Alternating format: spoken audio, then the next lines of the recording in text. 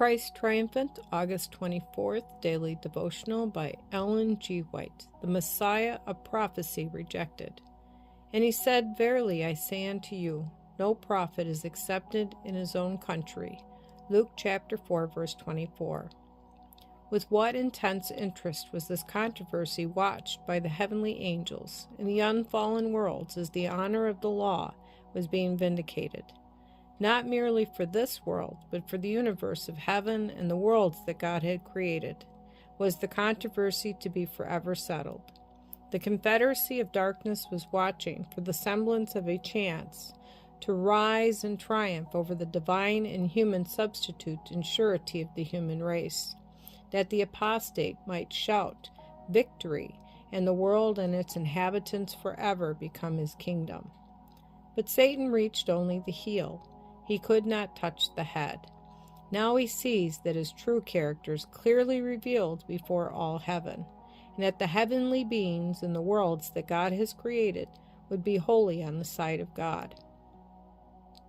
He sees that his prospects of future influence with them will be entirely cut off. Christ's humanity will demonstrate for eternal ages the question that settled the controversy. What was it that moved his own nation to throw such scorn upon Jesus? The Jews were expecting an earthly prince who would deliver them from the power that God had declared would rule over them if they refused to keep the way of the Lord and obey his statutes, his commandments, and his laws. They had made their proud boast that Israel's king, the star arising from Judah, would break their thraldom and make of them a kingdom of priests. But it was not the absence of external honor and riches and glory that caused the Jews to reject Jesus. The Son of Righteousness shining amid the moral darkness in such distinct rays revealed the contrast between sin and holiness, purity and defilement, and such light was not welcome to them. That which Christ had specified would be his work was fulfilled.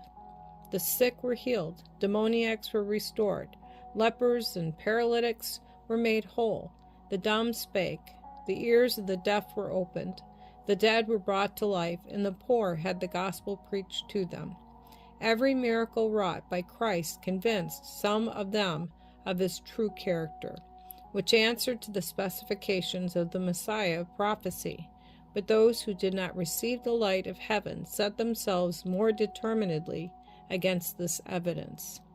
The teachings of Christ in precept and example were the sowing of the seed to be afterward cultivated by his disciples.